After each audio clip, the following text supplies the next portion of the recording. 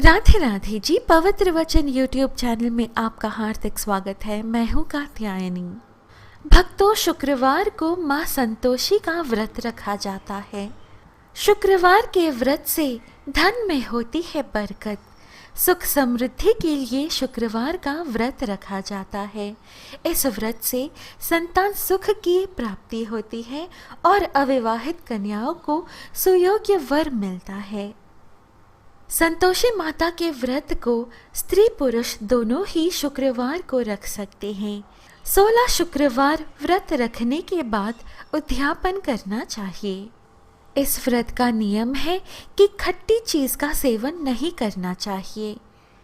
माँ संतोषी की पूजा करने के लिए एक कलश में जल भरकर उस पर एक पात्र में गुड़ और चने रखें।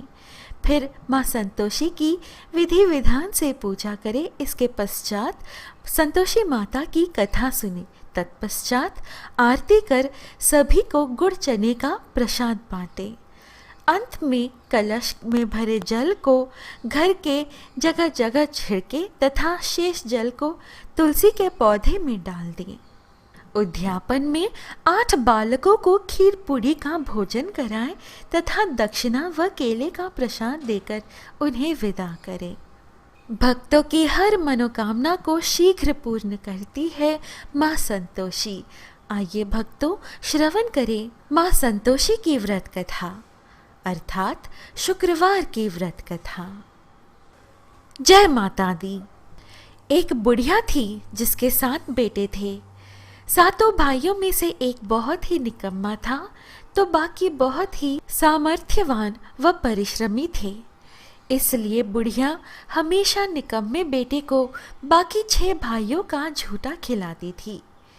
एक दिन निकम्मे बेटे की पत्नी ने कहा, आपकी माँ आपके साथ बहुत भेदभाव करती है, पर उसे यकीन नहीं हुआ। एक दिन सच जानने के लिए सर दर्द का बहाना कर वह रसोई में ही चादर ओढ़कर लेट गया। माता हमेशा की तरह जब 6 भाइयों को खाना खिला चुकी तो 7वें के लिए सबकी छूटन से खाना परोस 7वें बेटे को उठाने लगी। माता के इस कृत्य को देखकर उसने भोजन नहीं किया और घर छोड़कर परदेश चला गया। जब वह जाने को तैयार हुआ तो पत्नी का ख्याल आया जो पशुओं के बाड़े में गोबर के उपले बना रही थी। उसने अपने जाने के बारे में बताते हुए कहा, हम जावे परदेश आवेंगे कुछ काल, तुम रहियो संतोष से धर्म आपनो पाल। वही पत्नी ने भी उत्तर देते हुए कहा कि जाओ पिया, आनंद से हमारी सोच हटाए, राम भरोसे हम रहे, ईश्वर तुम्हें सहाय। 2 निशानी आपने देख धरु से धीर, सुधी मति हमारी बिसारियो रखियो मन गंभीर। अब निशानी मांगा तो कहा कि मेरे पास तो तुम्हें देने के लिए कुछ भी नहीं है, सिर्फ यह अंगूठी है, यही रख लो। साथ ही उसने पत्नी से भी निशानी मांगी तो उसने कहा कि मेरे पास तो कुछ भी नहीं है, यह गोबर से सने हाथ है, उनकी छाप ही साथ ले जाओ। अब पीठ पर पत्नी के हाथों से बनी गोबर की छाप लिए वह चल पड़ा, परदेश में पहुंच गया। अपनी हालत का जिक्र एक सेठ से किया और नौकरी मांगी। सेठ ने भी रख लिया। बात पैसों की हुई तो सेठ ने कहा, जैसा काम वैसे दाम। अब समय मनुष्य को चतुर बना ही देता है। धीरे धीरे वह कामकाज में माहिर हो गया। सेठ ने भी भांप लिया कि बंदा काम का है। धीरे धीरे सेठ ने उसे अपना बहीखाता संभालने का जिम्मा दे दिया और उसकी ईमानदारी से खुश होकर एक समय बाद सेठ ने उसे मुनाफे का हिस्सेदार भी बना लिया। उधर उसकी पत्नी की बहुत दुर्दशा हो रखी थी। उसकी सास जेठानियों ने उसका जीना हराम ही कर रखा था। एक तो घर का सारा काम उससे करवाती, ऊपर से खाने को भी घास फूस की रोटी मिल जाती तो गनीमत होती। एक दिन वह पास के वन से लकड़ियां लेने गई तो उसने देखा कि कुछ महिलाएं वहां कथा कह रही हैं। जब उसने महिलाओं से पूछा कि यह व्रत कथा किसकी है, तो उन्होंने बताया कि संतोषी माता की व्रत कथा कह रही हैं। उसने पूछा कि उसे भी इस व्रत की विधि बताएं। अब उसे रास्ते में मंदिर भी दिखाई दिया। वह माता के चरणों में लेट गई और कहने लगी कि हे माँ, मैं क्या करूँ, मेरा कल्याण करो माँ। माँ ने भी उसकी पुकार सुनी। वह लकड़ियाँ तो बेचकर प्रसाद के लिए गुड़ चना लाई और शुक्रवार का उपवास किया। वह व्रत कथा भी सुनी। कुछ ही दिनों में उसे पति की चिट्ठी मिली, साथ ही पैसे भी आने लगे। अब वह हर शुक्रवार को उपवास करने लगी। फिर उसने माँ से गुहार लगाई कि हे माँ, मुझे मेरे स्वामी से मिला दे। तब स्वयं माँ एक वृद्धा का वेश धारण कर उसके पति के पास पहुंची और उसे पूछा कि उसका कोई घर बार है या नहीं। उसने बताया कि सब कुछ है, लेकिन इस काम को छोड़कर कैसे जाऊं। तब वृद्धा ने कहा कि तुम माँ संतोषी के नाम का दिया जलाकर कल सुबह दुकान पर बैठना, शाम तक तुम्हारा सारा हिसाब किताब हो जाएगा और सामान भी बिक जाएगा। उसने ऐसा ही किया। माता के वरदान से वह शाम के समय कपड़े गहने खरीद कर अपने गांव चल दिया। उधर उसकी पत्नी नित्य की तरह माता के मंदिर में माता से बातें कर रही थी। हे माँ, मेरे स्वामी कब तक आएंगे?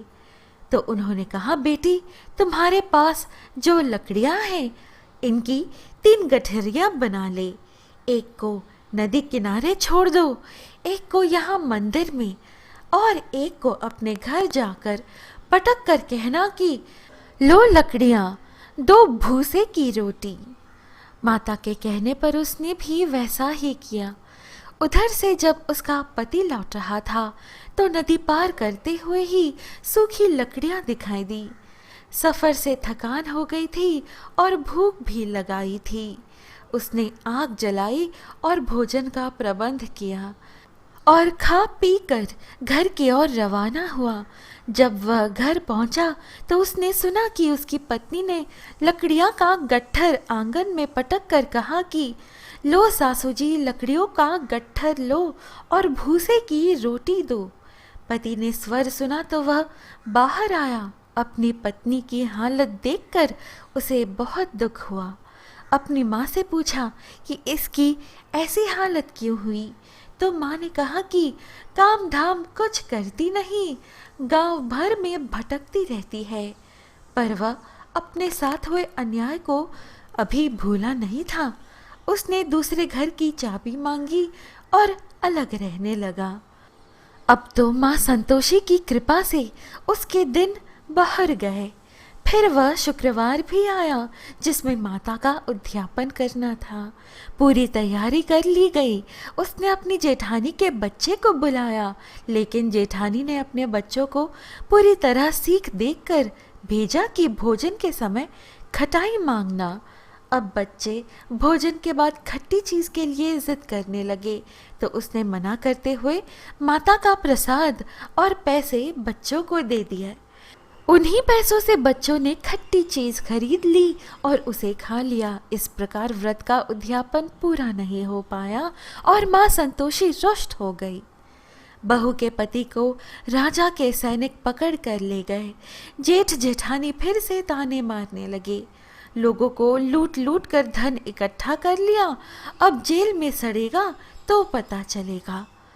बहू से यह सब सहन नहीं हुआ और माँ के चरणों में जा पहुंची और कहने लगी, माँ, मुझे और मेरे पति को किस बात की सजा दे रही है? माता कहने लगी, बेटी, तूने उद्यापन पूरा नहीं किया, इस वजह से तुम्हें यह सब सहन करना पड़ रहा है। अब दोबारा उद्यापन करो और इस बार कोई गलती मत करना। बहू का पति वापस लौट आया और अगले शुक्रवार को विधि पूर्वक फिर से उद्यापन किया और इस बार कोई भी भूल नहीं की और ब्राह्मण के लड़कों को बुलाकर व्रत का उद्यापन किया। इस बार पैसों की जगह फल दिए और उसका उद्यापन पूरा हुआ। माँ संतोषी की कृपा से जल्द ही बहू ने एक सुंदर से पुत्र को जन्म दिया और बहू को देखकर पूरे परिवार ने संतोषी माता का विधिवत पूजन करना शुरू कर दिया और उनका परिवार सुख से जीवन बिताने लगा। बोलो संतोषी माता की जय। भक्तों, इस प्रकार संतोषी माता व्रत की कथा संपूर्ण होती है। आशा है आपको आज की हमारी यह प्रस्तुति अच्छी लगी। इस प्रकार के और कथाएं और आध्यात्मिक वीडियोस पाने के लिए कृपया हमारे YouTube चैनल पवित्र वचन को सब्सक्राइब कर हमसे बने रहिएगा। अब मुझे अनुमति दीजिए, फिर मिलेंगे अगली वीडियो में। जय श्री कृष्ण, राधे राधे, जय माता दी।